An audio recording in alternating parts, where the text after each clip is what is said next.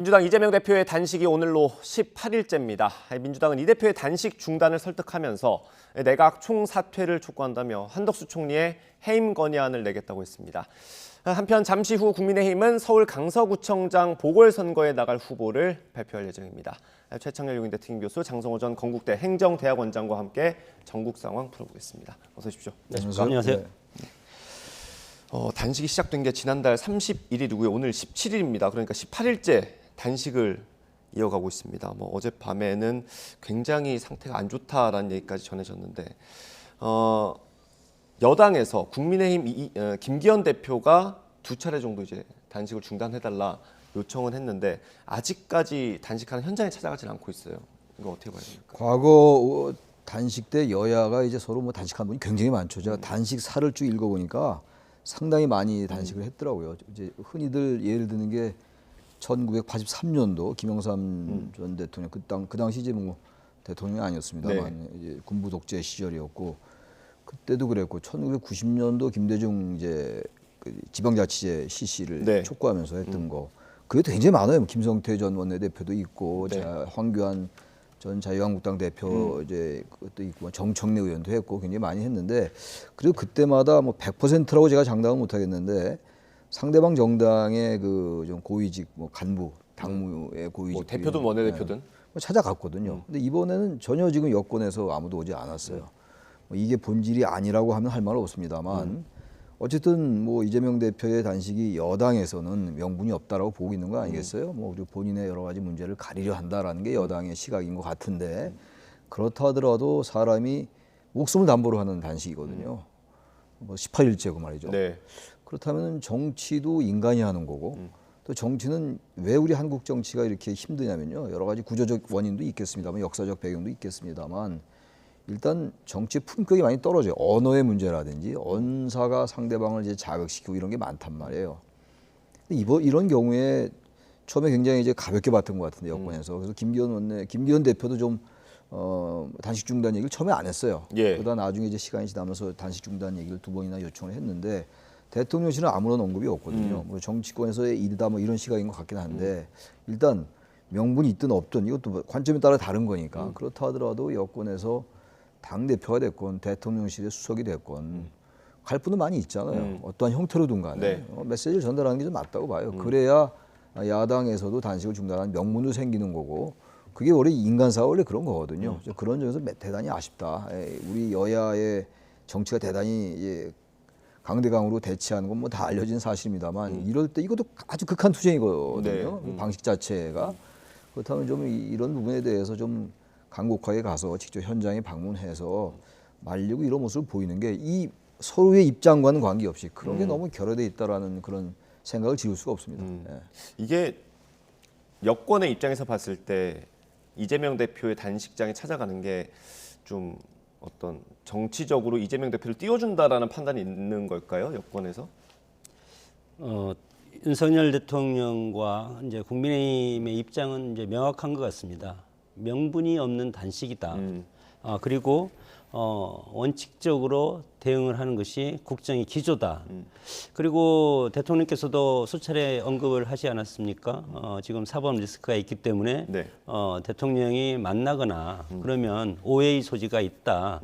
그것은 이제 검찰을 겨냥해서 시그널을 줄 수 있다는 그런 이제 우려가 있어서 여러 가지 그런 말씀을 이제 하신 것 같고 야당으로서는 국회에서 제1당이고 169석이죠. 이렇게 많은 의석을 가진 제1당임에도 불구하고 국회에서 입법을 해도 대통령이 거부권으로 해서 그것을 막고 그렇기 때문에 대화와 타협의 정치가 실종됐다. 그렇기 때문에 이제는 할 수 있는 것은 이재명 대표와 같은 국민들의 어떤 정서에 호소하는 사실은 이 단식이라는 이 극한 투쟁이라고 그리고 또 거리에 또 나가는 거리의 정치 이런 것이 우리 한국의 80년대 정치 그리고 40년 해방 정국의 정치 아니겠습니까? 물론 저 멀리 가면 인도의 간디 뭐 그때 당식을 해서 그때부터 연원을 더 위로 올라갈 수도 있겠지만 그럼에도 불구하고 이제는 좀 시대가 바뀌었다. 이 단시간의 이 모습도 마찬가지로 우리 국민들 특히 MZ 세대들은 이해를 못하는 경우도 있을 겁니다. 그렇기 때문에 이것은 이제 국민들이 결국은 뭐 빠르게 이것에 대해서 평가를 지금 하고 있다고 보고 그럼에도 불구하고 정치는 여당과 야당이 같이 조합을 이뤄서 나가는 그런 것이 가장 합리적인 모습 아니겠습니까? 그리고 국민들한테 안정감을 주는 그런 모습이기 때문에 물론 단식이 여당 입장에서 그리고 대통령 입장에서 이것이 말도 안 되는 그런 뭐 어거지다 이렇게 이제 생각을 할 수도 있겠지만 네. 그럼에도 불구하고 어떤 우리의 그 정서적인 그런 민족혼에 살아있는 그런 모습에서 보듯이 조금의 어떤 연민의 정을 보이면서 우리 같이 가자. 그런 손은 내밀 필요는 있지 않을까. 그래서 당 대표나 아니면 대통령실의 정무수석이 한번 가서 우리 뭐 그런 문제가 있다면 뭐 김기현 대표가 SNS에서 얘기하지 않았습니까? 네. 서로 대화하자. 그래서 민주주의의 본령인 대화 타협 이것을 복원시키는 그런 모티브를 어느 한쪽에서는 손을 내밀 때가 됐지 않았나 그렇게 봅니다. 네, 지금 근데 뭐 이재명 대표에 대한 단식 중단을 요청하는 민주당 내 의원들이 굉장히 많고요. 지지자들도 마찬가지고 그래서 건강도 안 좋아진 상태고 이런 상황인데 여권에서 손을 내미는 게 먼저일까요? 이재명 대표가 어쩔 수 없이 병원으로 이송되는 게 먼저일까요? 그 사이에 여권의 움직임이 있을까요? 지금까지 기조로 볼 때 여권에서 이제 특정 인사가 찾아올 것 같지는 않아 보이긴 해요. 이미 시기를 놓친 것도 좀 있는 것 같고 지금 이제 뭐 대단히 위험하다는 거 아니에요? 의료진 판단이. 그래서 예. 어제 의원총회에서도 단식 중단을 계속 이제 얘기했던 것이고, 근데 뭐 이재명 대표는 지금은 단식을 중단할 의사가 없는 것 같아요. 네. 그렇다면 아무리 본인이 단식 중단 의사가 없다 하더라도 정말 생명이 위태하다면 병원에 옮겨야죠. 억지로라도 옮겨야 되겠죠. 억지로 네. 옮겨야죠. 그거는 뭐 사람의 목숨보다 더 중요한 게 어디 있습니까? 그 상황 속에서 저는 그래도 시간이 뭐 늦었는지 모릅니다만 그래도 한 번쯤은 찾아가는 게 나중에라도 말이죠. 여권도 비판을 좀 피할 수 있을 것 같아요. 사람이 죽는다는데 거기 찾아가서 얘기할 수 있는 거 아니에요? 이런 여러 가지 정치적인 문제 일절 얘기 안 하고 일단 살고 봅시다. 일어나서 우리 얘기합시다. 그 얘기 왜 못합니까? 거기서 꼭 무슨 뭐 이재명 대표 얘기한 뭐 민주주의 파괴다, 뭐 무능이다, 폭주다 이런 얘기 할 이유는 전혀 없어요. 목숨이 끊어질 판인데 그걸 왜 못하죠? 그러면 아무리 여권을 지지하는 유권자들이 보더라도 너무 현명해 볼 수 있어요. 여권의 여러 가지 태도들이. 그리고 지금 여권 전체의 모습이 좀 강고해 보이고 네. 이념 공세도 좀 크고 말이죠. 여유 있는 여권 집권 세력의 모습이 좀 안 보이거든요. 그런 측면이 있거든요. 네. 이런 경우에 좀 얼마나 그 기회가 좋습니까? 포용하는 모습도 보여주고. 그러니까 상대방에 대한 존중이에요. 이건 그분이 얘기한 이재명 대표 얘기하는 것에 대한 동의가 아니라 네. 난 당신의 생각을 일단 인정하겠다. 그러나 난 받아들일 수 없다. 이런 거잖아요. 근데 아예 찾아가지 않으니까 그 자체의 의견을 묵살하는 게 되잖아요. 우리가 우리 흔히 말하는 노노에 말하는 그 화이부동이라는 게 생각은 다르지만 같지 않지만 네. 다를 수 있다는 걸 인정하는 거 아닙니까? 이럴 때 좀 그런 걸 보여주는 게 좀 그러면서 하나씩 풀어나가야 되지 않을까. 근데 아예 그런 게 전제가 안 되니까 구체적이고 어려운 입장이 다른 이슈를 풀어나갈 길이 없는 거죠. 네. 일단 김기현 대표는 한 차례 회의에서 공식적으로 이재명 대표의 단식을 중단하라고 얘기한 적이 있고요. 그리고 며칠 뒤에는 SNS에 관련 글을 올리기도 했습니다. 아직까지 단식장에 찾아가진 않고 있고요. 검찰 조사를 2차례 받았죠. 단식 중에 이재명 대표가 수원지검에 가서 2차례 조사를 받았고 아마도 조만간 구속영장을 청구할 거라는 관측이 많습니다. 근데 이 상태로 단식이 계속된다면 체포동의안 표결 결과와 관계없이 자력으로 영장심사 받을 수 없는 상황이 되는 거 아니에요? 그럴 수밖에 없겠죠. 네. 저는 뭐 한 이틀, 3일 정도가 고비라고 생각이 듭니다. 그냥 단식이 진행된다면 아마 이제 혼절을 한다고 그러죠. 그래서 병원에 실려갈 가능성이 상당히 크고 그 상태에서 검찰에서 구속영장을 청구한다고 하면 그거에 대한 또 동정론이 또 일 가능성이 상당히 큽니다. 그러면 당장에 지금 강서구청장 보궐선거에 있지 않습니까? 거기에 여권으로서는 악재가 될 가능성이 상당히 크고 그래서 지금 정치권 전체가 지금 특히 정기국회 아닙니까? 네. 이 정기국회가 예산국회고 국민의 먹고 살 내년 예산 문제라든가 여러 가지를 정리하는 그런 시간에 지금 이재명 대표의 단식으로 이 모든 것이 다 묻혀버리고 이런 상황에서 뭐 정치의 사법화 현상이라고 얘기할 것까지는 없지만 그럼에도 불구하고 법적인 건 법적인 대로 갈 네. 수밖에 없지 않나 그렇게 생각이 듭니다. 검찰에서 그럼 뭐 이 단식과 관련해서 이렇게 한다고 해서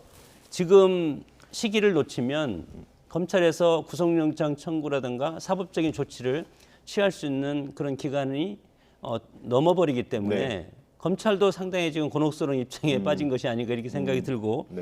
그런 차원에서 봤을 때 뭐 이재명 대표는 뭐 분명히 이제 병원으로 갈 것이 이제 확실한데 그렇게 됐을 때도 검찰 입장에서는 정상적인 사법 절차는 진행할 수밖에 없지 않을까 그렇게 생각이 듭니다. 예.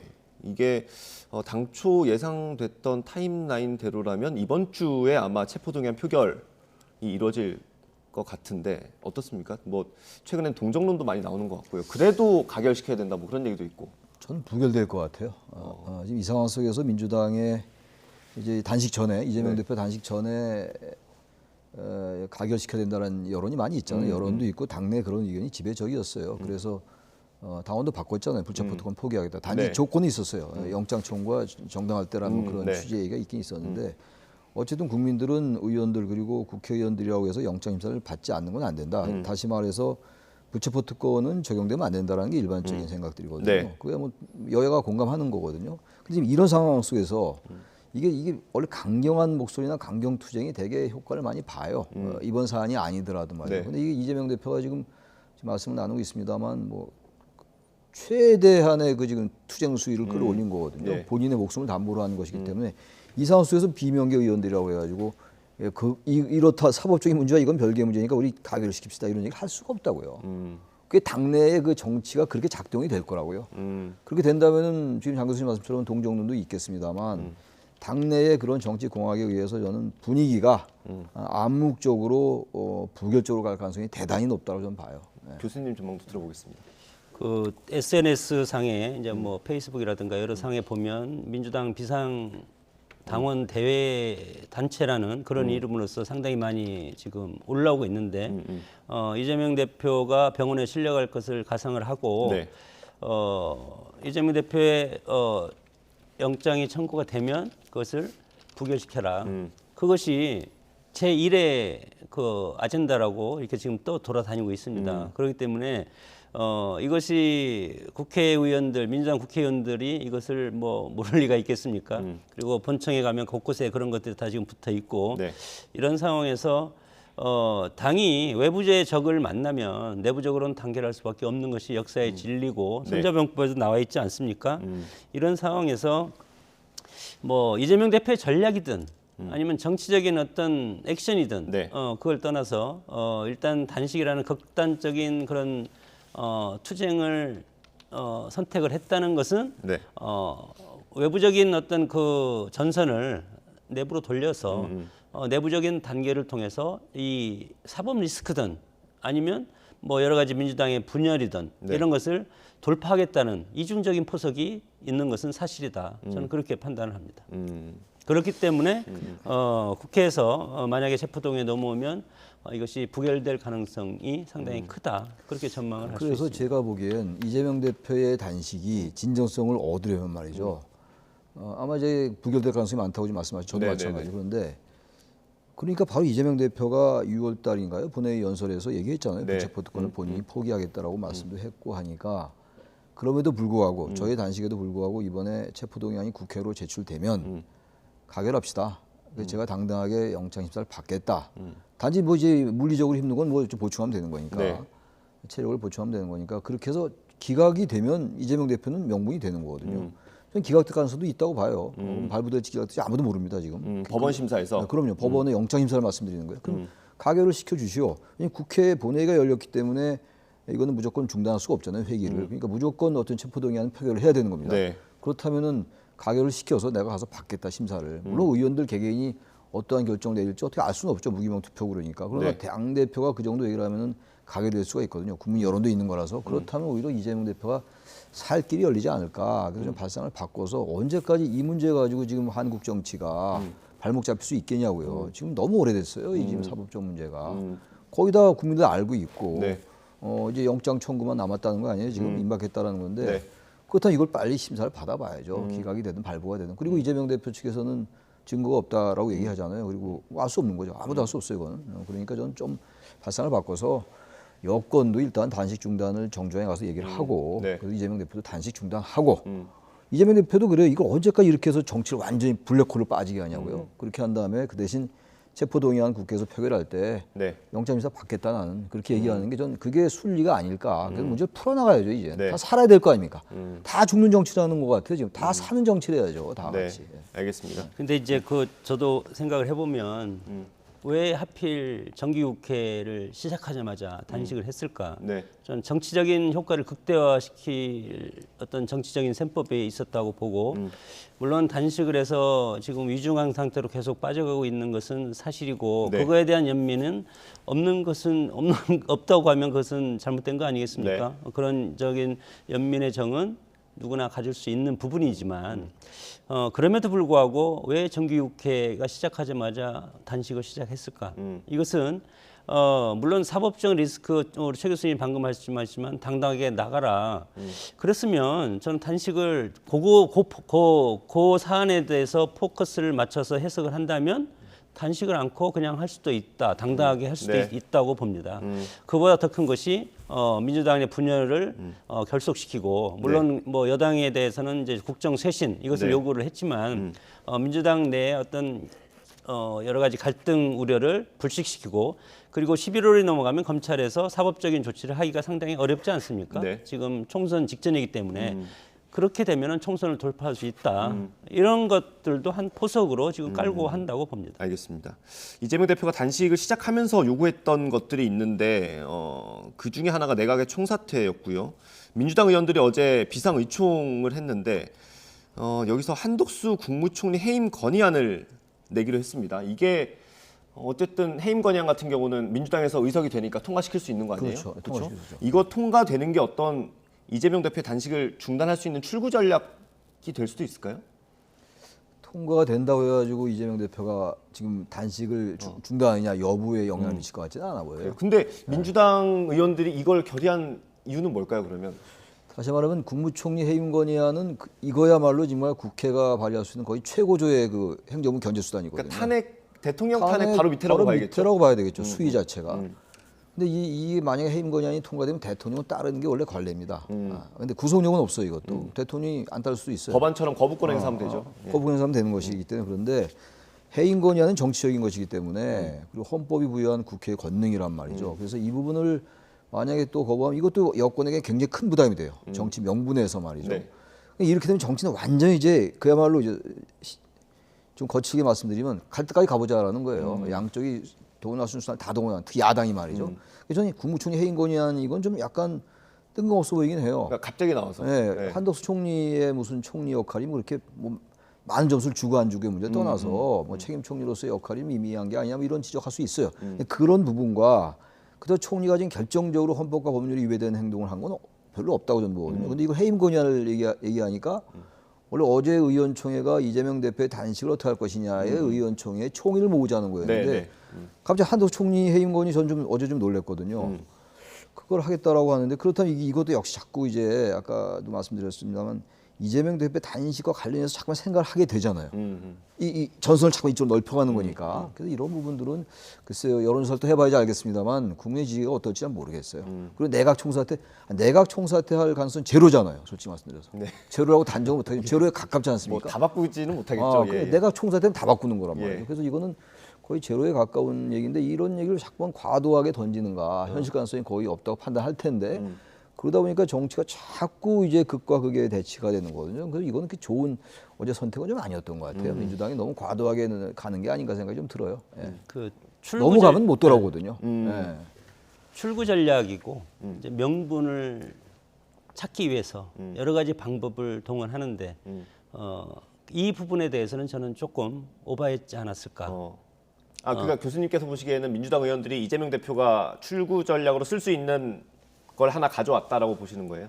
뭐 그렇지 않습니까? 지난번에 단식의 명분이 대국민 사과 국정 방향을 전환해라. 그리고 오염수 관련해서 사과하고 뭐 제소한다. 그리고 나서 국정 쇄신과 개각을 요구했는데 이거에 대해서 18일 동안 아무 지금 반응이 없지 않습니까? 그렇기 때문에 그러면 민주당 입장에서는 할 수 있는 카드가 별로 없습니다.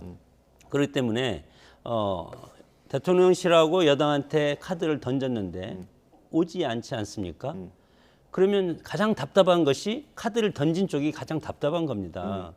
그러면 당대표는 지금 거의 쓰러져서 병원으로 실려갈 직전까지 와 있고 이 상태에서 민주당이 할 수 있는 것은 그것밖에 없지 않습니까? 그리고 내각 총사퇴. 네. 통상적으로 이것은 민주화 시대 때 하던 겁니다. 그러나 지금의 이런 사안이 과연 내각 총사퇴에 맞물릴 그런 정도인가? 그것은 민주당이 생각하는 거는 국민이 생각하고 또 다른 경우가 있지 않겠습니까? 네. 어떻게 보면은 다수당인 민주당이 상당히 오만하다. 이런 평가도 일정 부분 받을 가능성이 상당히 큰 사안이기 때문에 아무리 급하지만 저는 이재명 대표가 단식하는 그 순수성에 당이 초점을 맞춰서 해야지. 지금 우왕좌왕하고 있습니다. 대표는 대표로 단식하고 나는 단식을 끝내지 않겠다 하고 있지만 네. 당에서는 가서 단식을 만료하라 해서 여러 가지 다양한 퍼포먼스를 하고 있지 않습니까? 네. 순수성이 무시될 가능성이 있기 때문에 상당히 당에서는 조금 조심해야 될 필요는 있다고 봅니다. 알겠습니다. 이 이재명 대표의 단식이 18일째가 됐고요. 여론은 어떻게 보는지 여론조사 하나 보겠습니다. 그래픽 준비되면 좀 띄워주시고요. 엠브레인 퍼블릭, K스탯 리서치, 코리아 리서치, 한국 리서치가 조사하고 의뢰하고 조사한 겁니다. 2023년 9월 11일부터 13일까지 사흘 동안 조사한 거고요. 정당 지지도 보겠습니다. 국민의힘이 33%, 민주당이 32%입니다. 민주당은 오히려 떨어졌네요. 2%포인트가 떨어졌습니다. 이걸 어떻게 봐야 되겠습니까, 교수님? 저기 11일부터 13일이잖아요. 예. 오늘이 17일이고 11일부터 13일. 13일. 그러니까 며칠 된 거예요 지금. 네. 그러니까 단식도 반영된 거죠 당연히. 반영됐는데 저 지지도만을 볼 때는 단식이 그렇게 효과 별로 없는 거예요. 그렇죠? 지지도가 그렇게 올라가지 않았으니까. 네. 그런데 여러 가지 국민의힘과 더불어민주당에 있는 여러 가지 악재들이 있잖아요. 네. 악재들이 있는데 그리고 국민의힘도 지금 여러 가지 뭐 저기 최상병 고최수근 상병 그 이제 사건도 있고 예. 홍범도 흉상 관련도 있을 거예요. 홍범도 장군 흉상. 그 홍범도 장군 흉상은 저보다 좀 전에 이슈지만 예. 다 거기 반영될 수 있는 거죠. 그런 인식들이 쌓이고 있을 테니까. 근데 이 저런 걸로 볼 때는 지금 민주당과 그 더불어민주당과 이 국민의힘이 계속 같이 이제 유권자들에게 신뢰를 못 받는 거예요. 별 큰 차이가 없는 거죠. 별 의미 없이 네. 계속 30%대를 이제 횡보하는 거거든요. 네. 이제 11일, 13일 사이가 저런 건데 다른 여론조사 또 하나 있더라고요. 그러니까 13일부터 15일까지인데 교수님 죄송합니다. 네. 제가 아까 그래픽 고지를 잘못해드렸네요. 지금 나오는 게 K스탯 리서치를 포함한 4개 기관이 한 거고요. 아까 정당 지지도 보여드렸던 거는 갤럽의 조사입니다. 다시 한 번만 보여주세요, PD님. 네, 국민의힘이 33%, 민주당이 32% 나왔던 건 갤럽의 조사고요. 다음 거 다시 한번 보여주시죠. 네, 꺾은 선으로 나온 거요. 이거는 넘겨주시면 엠브레인 퍼블릭, K스탯 리서치, 코리아 리서치, 한국 리서치가 4개 기관이 함께 조사한 겁니다. 이게 앞에 거랑은 다른 겁니다. 그러니까 저게 11일부터 13일까지인가요? 예, 그렇습니다. 저게 11일부터 13일까지인데 어쨌든 큰 차이가 안 나는 거거든요. 차이가 안 나는 건데 단식이 크게 영향을 못 미친 거 오히려 떨어졌단 말이에요. 저 예. 그래픽만 볼 땐 말이에요. 단식 이후에. 그래서 단식이 별 영향을 못 미치는 것 같긴 한데 좀 다른 것도 보니까 CBS 녹화 뉴스가 여론조사 업체인 RN서치 의뢰한 겁니다. 예. RN서치 의뢰해가지고 17일 공개한 건데 여기에 의하면은 민주당 지지도가 오히려 0.5% 이건 이제 RN서치 고 지지도 고 같이 보는 거예요. 0.5% 포인트 상승해서 45.4%가 나왔고 45.4. 근데 국민의힘은 오히려 3.6% 포인트 하락해서 33.4가 나왔어요. 네. 이제 이런 걸로 볼 때 이건 14일부터 15일까지. 아까 지금 그래픽은 11일부터 13일이고 말이죠. 예, 교수님께서 말씀하신 건 중앙선거 저 관리- 여론조사 심의위원회 홈페이지 가시면 볼 수 있고요. 중앙선거 여론조사 심의를 참조하면 되고 그리고 이건 무작위 추출된 RDD 전국 성인 남녀 1,012명 대상 예, 감사합니다, 대상이고 교수님. 그리고 무선전화 100% 자동답 방식으로 진행됐습니다. 예, 감사합니다. 이거 하도 이게 중요하니까 예, 제가 맞습니다. 말씀드리는데 예. 그리고 이제 95% 신뢰 수준의 표본 오차는 플러스 마이너스 3.1% 포인트. 예, 그 정도만 해주시면 응답률은 되겠습니다. 2.1%입니다. 예, 감사합니다. 이게 이제 나온 거라서 예. 이거보다 약간 이제 시기는 다른데 며칠 차이밖에 안 나긴 합니다만 또 민주당 지지율이 올랐단 말이에요. 이렇게만 결과론적으로 본다면 이 부분은 또 단식이 좀 반영된 거고 지지층을 결집시킨 게 아니냐는 분석이 더 가능하기도 합니다. 예. 흐름이 좀 다른 여론조사도 약간 있다라는 있다는 걸 말씀이셨습니다. 소개를 드립니다. 예. 예. 뭐 국민의 마음은 뭐 갈대와 같아서 여론 정치가 상당히 위험하다고 생각이 들고 일주일마다 여론조사가 각 기관에서 하지만 다 다르지 않습니까? 네. 그렇기 때문에 여론은 흐름을 반영하는 것이고 참조 사항밖에 되지 않는다. 저는 그렇게 보고 저는 시대 정신을 읽어야 된다고 봅니다. 네. 과학혁명 AI 시대를 맞아서 과거에는 중앙집권적인 통치 체제에서 대통령의 힘과 권력으로 누르면 되고 그리고 정보가 제한되지 않았습니까? 지금은 SNS 시대를 맞아서 권력이 수평화되고 권위가 수평화되기 때문에 네. 누구나 다 대통령이라고 생각이 하는 네. 시대입니다. 그렇기 때문에 지금 이재명 대표 단식과 관련해서도 마찬가지로 실용적인 MZ세대가 과연 이것을 이해할 수 있을 것인가. 그렇기 때문에 앞에 말씀드린 여론조사 수치가 네.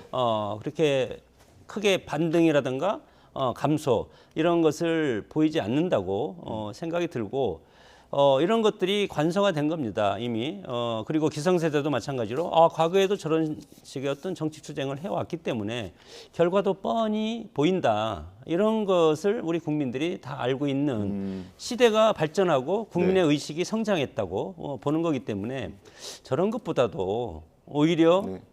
정책적이라든가 그리고 SNS상에 국민을 동원할 수 있는 이 동원이라는 것이 과거 같으면 독재 체제에서 인위적으로 동원하자면 지금은 네. SNS상에서 이미지라든가 이슈로 동원하는 것 아니겠습니까? 네. 그런 방법이 훨씬 더 효과적이지 않을까 그렇게 알겠습니다. 생각이 듭니다. 저희가 한 1분 정도 남았는데 2분 정도 쓴다고 생각하고요. 강서구 총장 얘기 짧게 해보겠습니다. 국민의힘 후보자로 일단 경선에서 김태우 후보가 전 구청장이죠. 김태우 후보가 선출이 됐고요. 아마 최고위를 거쳐서 이제 최종적으로는 확정이 되는데 일단 경선 결과는 조금 전에 발표가 된 것 같습니다. 진교훈 후보랑 이제 대결을 하게 되는 거 아니겠습니까? 전망하기 쉽지 않죠. 전망 좀 쉽지 않죠. 지금 뭐 이제 유불리를 좀 따져볼까요? 유불리. 근데 지금 이 선거가 이게 뭐 모든 선거가 그렇습니다만 지금 김태우 전 구청장은 인지도가 굉장히 높아졌어요. 그렇죠. 대법원 판결 난 다음에 사면 복권이 되면서 이 언론에 계속 얘기가 그것조차도 일단 영향을 줬군요. 저는 그렇게 봐요. 그래서 이번에 이제 진교훈 전 뭐 경찰 출신이죠. 예. 민주당은 경찰청 이제 차장 출신입니다. 차장 출신이죠. 예. 그분이 나온다는 건데 이 강서 이쪽은 지금 현역 의원은 민주당이거든요. 그래서 국민의힘에게는 썩 그렇게 유리한 지역은 좀 아닌 것 같아요. 지역 선거 환경으로 볼 때는. 근데 김태우 청장이 지난 이제 전 구청장입니다만 예. 지난 정부 때 워낙 그 조국 전 민정수석실에서 뭐 이제 특별감찰관 예. 여러 가지 이슈가 많이 있었잖아요. 부산 경제부시장 뭐 감찰무마 네, 의혹 감찰무마 때문에 의혹이죠. 뭐 이제 공익제보냐 아니냐 이래서 네. 여기까지 온 건데 인지도가 높아졌기 때문에 또 지자체 선거는 인지도가 굉장히 작용을 하거든요. 물론 이제 진교훈 후보도 인지도가 높아지겠습니다만 저는 그런 점에서 국민의힘이 여기다 일단 지금 수도권 선거에서 이 하나의 가늠자로 보면서 이 선거를 승리 이끌면 수도권 여론을 바꿀 수 있다. 뭐 그렇게 판단하는 것 같아요. 그래서 뭐 결과 지켜봐야 되겠죠. 여기서 전망하기는 아직 좀 이른 것 같고. 네. 교수님 어렵지만 전망을 해주시는 게 또 역할이니까요. 네, 뭐 선거를 지배하는 것이 구도 이슈 인물인데 네. 뭐 이슈 인물은 별로 없을 거라고 봅니다. 두 분 다 네. 전국적으로 유명한 분 아니겠습니까? 그렇기 때문에 구도적인 차원에서 구도라는 것이 여러 가지가 있겠는데 국민의힘이냐 민주당이냐 전통적으로 구로 금천 양천 이쪽은 민주당이 전통적인 강세 지역이지만 이 보궐선거라는 특성상 총선 직전이지만 지금 정치가 상당히 국민들을 피곤하게 하고 있지 않습니까? 그렇기 때문에 강서구민들이 과연 어느 정도 투표장에 나올 것인가? 저는 투표율이 가장 핵심적인 요인이라고 생각이 듭니다. 네. 총선 같고 전국적인 선거면 전체적인 선거 분위기가 형성이 될 텐데 상당히 서민들이 지금 어렵지 않습니까? 네. 그렇기 때문에 가장 각 당에서 유권자를 뭐 투표장으로 더 많이 데려오는 쪽이 저는 승리할 가능성이 상당히 크다고 봅니다. 그래서 이번 선거는 상당히 당의 총력 체제로 들어가서 조직 동원을 하는 그런 네. 선거가 될 것이기 때문에 가장 중요한 것은 MZ세대가 네. 투표장에 얼마만큼 나오냐 그거에 따라서 승패가 갈라질 거다 그렇게 봅니다. 알겠습니다. 일단 최고위를 거쳐서 김태우 전 구청장의 공천이 확정이 되는 것이고요. 그렇게 되면 김태우 전 구청장과 진교훈 후보라고 해야겠죠. 두 사람의 대결, 맞대결이라고 하면 안 되겠죠. 또 소수 정당에서 또 후보를 낼 테니까요. 예, 그 후보들 간의 싸움이 될 것 같습니다. 수도권 선거 전초전이다라는 분석이 많습니다. 앞으로 좀 지켜보도록 하죠. 오늘 말씀 여기서 마무리하도록 하겠습니다. 최창렬 용인대 특임교수, 장성호 전 건국대 행정대학원장과 함께했습니다. 감사합니다. 수고하셨습니다. 감사합니다.